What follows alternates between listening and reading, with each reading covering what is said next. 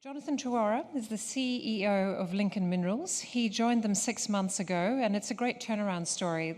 The company had been through a fair amount of strife, and he's now part of the team that's turning that around with a particular focus on the very high-grade graphite project that they've got in the Eyre Peninsula in South Australia.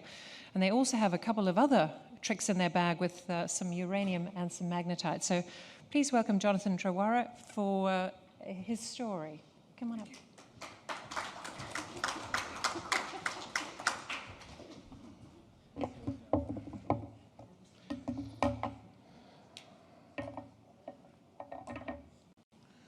So, good afternoon. I'm from Lincoln Minerals, and we're developing Australia's graphite, uranium and iron ore projects, Eyre Peninsula, South Australia. It's been a busy 6 months since I've joined. We've got, in the graphite space, which we are, we've doubled the resource in 7 months. We've increased the high-grade core, and there's still a lot more to go that starts to surface, and we've proven that we've got scalability through the exploration targets.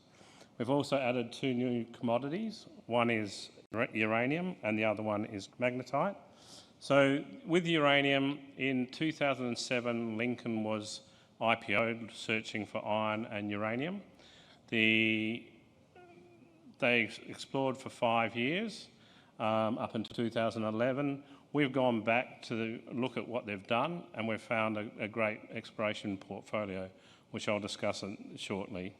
With the magnetite, in 2018, Lincoln purchased Centrex's old assets, which there were 2 Chinese steel makers.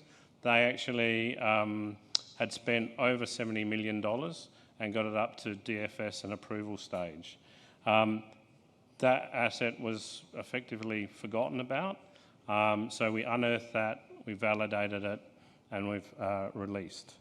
So we've got 3 companies in one, and we have to be disciplined, and we've chosen one, and that is our core business is graphite, and we will develop that and aim to have that dig ready by the end of next year.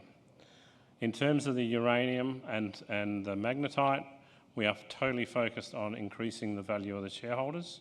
And for the uranium, there's a lot of low-hanging fruit, like really low-hanging fruit.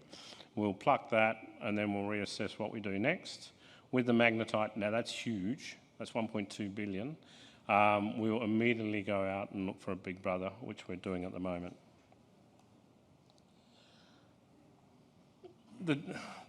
We've started the story getting out, and we can see the momentum in our share price. But it is only just the beginning. If you look at the valuation just on the graphite alone, Renascor and Quantum Graphite are within 120 kilometres of each other, and we're still not valued comparatively, yet we're the second largest graphite producer, graphite resource in Eyre Peninsula. And we're actually comparable with the exploration space.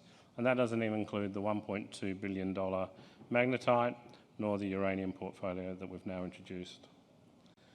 And you can just see on the price, we're starting to build the price, but we've got a long way to run. Now, I'm blessed with an amazing board. Julian Babasi, who is ex-Regal Funds, he's bringing a wealth of knowledge about investment and deal making. We've got Ryan Smith, who is an ex-state minister for the EPA and the various portfolios, so our ability to understand and communicate with government and community are there. John Lam, he is ex-HSBC and Hang Seng, so Canada, America, Singapore and Hong Kong, so a wealth of knowledge there. So a great board, and I'm a developer, so it's a perfect match. So we're a developer of graphite, currently an explorer of uranium, and we'll be looking for a partner for our magnetite projects. So we've got the right rocks. In South Australia, with the graphite, there's over 60% of the graphite resource for Australia. In terms of uranium, we're effectively the Saudi Arabia of equivalent of the uranium world. We've got 20% of the world's uranium. and then we're also producing 8% of the production for uranium. With the magnetite, South Australia's got 43% of the magnetite. So we're in the right jurisdiction. South Australia is in the top 10 for the Fraser Institute of the best places to invest. And in terms of uranium experience, we've got one of two ports in Australia that can export uranium. In terms of infrastructure, most people talk about being near infrastructure. We're surrounded by it. In fact, we've got some going over us. We've got the Eyre Peninsula high voltage transmission line going over some of our tenements. And especially highlight that in 2015 onwards, they've doubled the high voltage power, increased capacity of port and accesses, and there's a desal plant going in, and there could be a second desal plant. So all your major infrastructure concerns are covered, and we've got two regional centres next to us. I've developed a few projects in sensitive areas, and what the key is to get the community on board and engage them, and to get them into the early design process. So we're highly committed on getting our community on board and into the design process. So why have we chosen graphite? Because uranium's hot. We've got a huge magnetite. We've chosen it because we can see we can be the best. There's a potential tier one here. We're in a tier one area for graphite.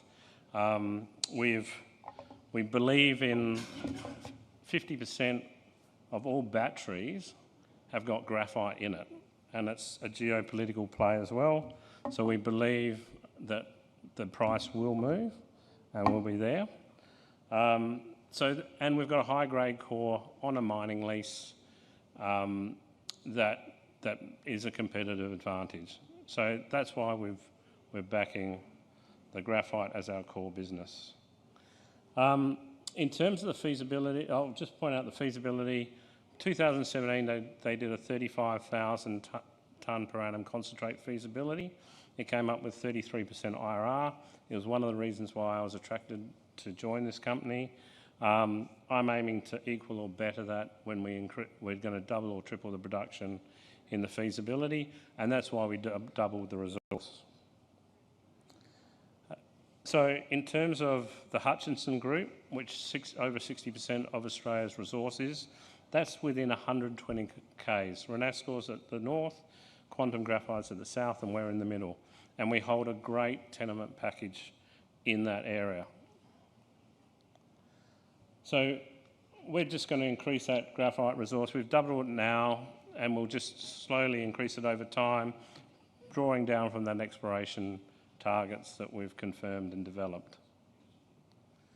So the great thing about the core, this high-grade core, is that one, we get a higher payback period and improves the IRR. Our first bucket is going to be 20%. So compared to a lot of other assets that have to dig down 5-15 metres and 6-8%.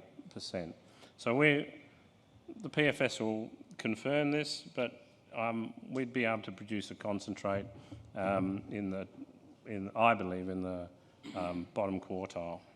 We've also got some flat areas which will require bring in low costs, low stripping ratios. So amazing sort of hidden gems when you go into a company that's stalled.